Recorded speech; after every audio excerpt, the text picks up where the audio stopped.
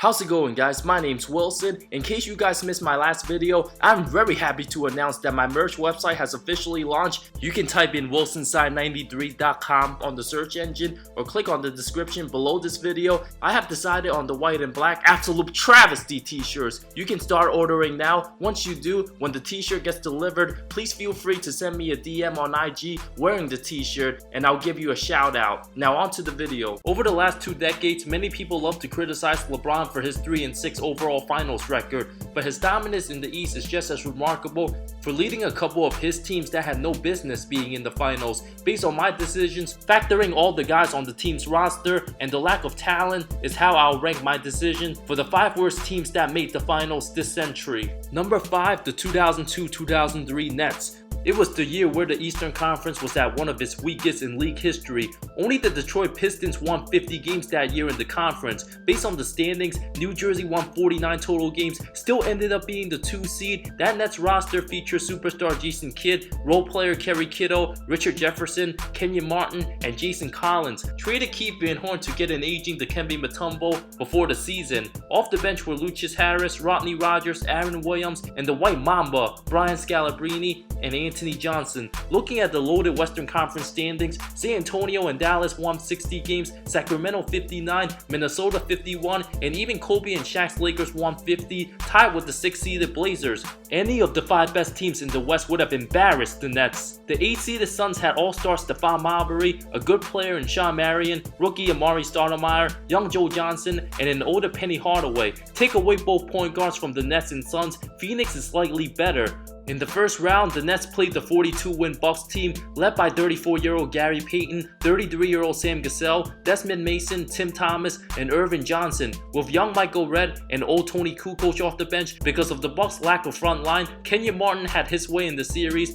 averaged over 22 points, 10 rebounds. Kidd and Payton both went at it, posting similar numbers. Both these teams were actually very evenly matched, while Rodney Rogers nailed the game winner with 2 seconds remaining in Game 3, giving the Nets a 2-point win. The dominance of G. Kidd helped the Nets win both Games 5 and 6, eliminated Milwaukee in 6. Because there was no clear-cut favor from any team in the East that year, all 4 first-round matchups went to 6 games. On to the second round, a rematch of the conference finals the season before. New Jersey dominated and swept Boston, the franchise's first ever playoff sweep. After being swept 7 times in their postseason history beforehand, took 2 overtimes in Game 4 to eliminate the C's, led by Kidd's sensational performance, averaged 19-9-9 along with 2 steals for the series. Kenyon Martin 20.5 points, 22-year-old Richard Jefferson over 18 points, Paul Pierce 29-9-8 weren't enough. Kidd continued his excellent performance. The team held Detroit to 11 fourth-quarter points in Game 1, sank the game-winning jumper, taking a 1-0 series lead. That was before the Pistons got Rasheed Wallace. Jersey stole Game 2 once again, thanks to Kenyon Martin's 16 of his 25 points coming in the final period, winning again by 2. Chauncey Billups was absolutely pathetic in the series, averaged less than 10 points on under 28% shooting. The Nets won the next 2 by double digits, 10 straight wins going into the finals. Kidd and Martin were sensational,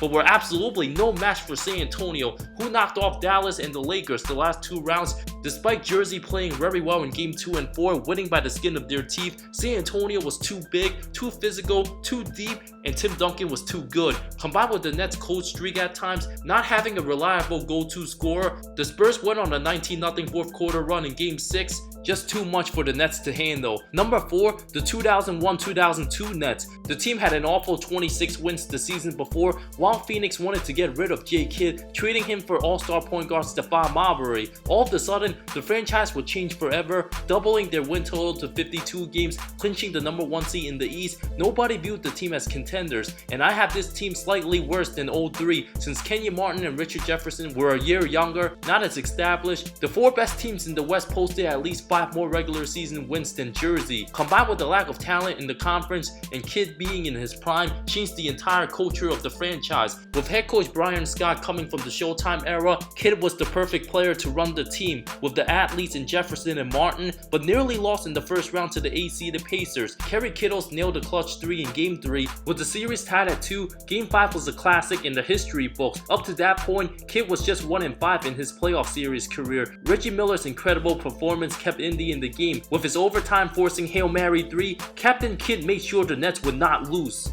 outscoring Indy 13-2 in the second overtime. The next round against the 44-win Hornets, Kidd proved why he was the best point guard in the league, getting the best of Baron Davis, an easy 5-game series win, knocked off the 49-win Celtics in the conference finals in 6. The team held Pierce and Antoine Walker to under 39% shooting, advancing to their first ever finals in franchise history, but ran into Kobe and Shaq's Lakers. Without facing a single 50-win team in the East and almost losing in the first round, Shaq and Kobe absolutely destroyed, abused, humiliated, and embarrassed the Nets. Even though 3 of the 4 wins were by single digits, Kobe and Shaq combined for 252 points, the Nets starters 293 points. The fact that nobody on the roster averaged more than 15 a game in the regular season, they would have easily lost to any of the 4 teams who made it to the semis in the Western Conference. Number 3, the 2017-18 Cleveland Cavaliers. The season was filled with drama, dysfunction, and half the roster being traded before the deadline, leaving the role players of J.R. Smith, George Hill, Rodney Hood, Jeff Green, Larry Nance Jr., Tristan Thompson, Jordan Clarkson, and Kyle Korver. The team still won 50 games, being in the weak East. LeBron was dominant enough to single-handedly carry the roster on his shoulder. A couple solid role players in Jordan Clarkson and Rodney Hood just wasn't a good fit with James. It took LeBron to average 34.4 points in the tough grinded 7-game series in the first round to beat the 48-win Pacers team, which was nowhere near a contender, having 3 40-plus point games and a crazy walk-off game winner in Game 5. It's shocking that no Pacers outside of Oladipo averaged more than 12.5 points that series. Indy even outscored Cleveland by a combined 40 points in the 7 games, the worst plus-minus by a winning team in the 7-game first-round format era. K-Love was the only other Cav in double figures. In the semis, the 59-win Raptors melted against James and were simply too intimidated by LeBron's presence, averaged 34, over 8 and 11. Even Kevin Love outscored every player on the Raptors, and Kyle Korver had a better series than DeMar DeRozan. Sweeping Toronto, LeBron knocked off a Boston team without 2 of their best players in Irving and Hayward, a team with Horford, second-year Jaylen Brown, and rookie Jason Tatum. Having no business being in the conference finals, Cleveland won in the close 7-game series. Once again, Love was the only other Cav in double figure, while George Hill, Jeff Green, and Korver were the 3 reliable role players that series. The team was swept by Golden State in the finals, despite James dropping a playoff career high of 51 points in Game 1 thanks to J.R. Smith being an absolute travesty before the end of regulation. One of the dumbest moments in NBA history. The Dubs averaged 116 points for the series, Cleveland 101. If the Cavs played in the West that year, they would have likely failed to make the playoffs, where the 9th-seeded 46-win Denver Nuggets team, led by Nikola Jokic, had a deeper roster than the Cavs. Number 2, the 2000-2001 Philadelphia 76ers. Going 56-26, the team was constructed perfectly around Allen Iverson, and the starters of AI, Aaron McKie, George Lynch, Tyronn Hill, and Dikembe Mutombo is nowhere near a contender. Eric Snow, Vernon Maxwell, young Raja Bell came off the bench. Theo Ratliff and Tony Kukoc were traded at the deadline for Dikembe. Nobody on the roster outside of Iverson averaged a dozen points. The MVP averaged 30.1 points, leading the league in scoring, taking 25.5 shots a game, with the team knocking off the Pacers in the first round, getting revenge from losing to them the previous year. The semis were one of the most entertaining battles all time. Both teams were evenly matched, with Toronto having physical Charles Oakley, Antonio Davis, and Alvin Williams. 36-year-old Del Curry was on his last legs. After losing Game 1 by 3, Iverson went bananas in Game 2, scoring more than half the team's points, winning 97-92, setting a franchise postseason single-game record. But Carter gave Iverson a taste of his own medicine, responding with 50 in Game 3. Alvin Williams and Aaron McKie simply took turns getting destroyed and abused on defense by the 2 stars. Iverson had 52 in Game 5. Carter responded with 39 in Game 6 and an ugly grind in Game 7. Both stars shot under 34% from the field. Carter missed the game winner at the buzzer. Philly went on to play the 2-seed Milwaukee Bucks, led by Ray Allen, Glenn Robinson, and Sam Cassell, a better offensive team than Philly. In the controversial series, Mad Dog missed the bunny in Game 5, which would have won the game for Milwaukee. Jason Caffrey's tip was too late, giving Philly an 89-88 win. Iverson had 46 in the Game 6 loss, but dropped 44 winning Game 7.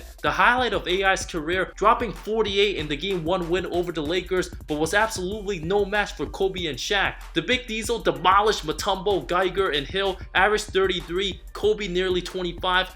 Despite losing to LA in 5, Iverson averaging nearly 33 in the 0-1 postseason, getting to the finals with the lack of offensive power on his team was simply incredible, a run that AI will always be remembered for. Number 1, the 2006-2007 Cleveland Cavaliers going 50 and 32 overall. The East was very weak with Miami struggling with Wade's injuries and Shaq aging. Detroit lost Ben Wallace to free agency with no real contenders. Gilbert Arenas tore his ACL towards the end of the regular season. Caron Butler broke his hand. Both couldn't play, allowing LeBron and his team to run through them in the first round. The lineup of Larry Hughes, Slasher Pavlovich, LeBron, Drew Gooden, and Big Z, with Varejao the X Factor coming off the bench. Daniel Marshall and Daniel Gibson were good knockdown shooters. Knocked off a mediocre 42-win Nets team in the second round in 6, LeBron single-handedly defeated Detroit, scoring 29 of his team's last 30 points, winning in double OT, got to the rim anytime he wanted since there was no Ben Wallace. Boobie Gibson had his best NBA game ever in Game 6, dropping 31 on 5 of 5 from 3.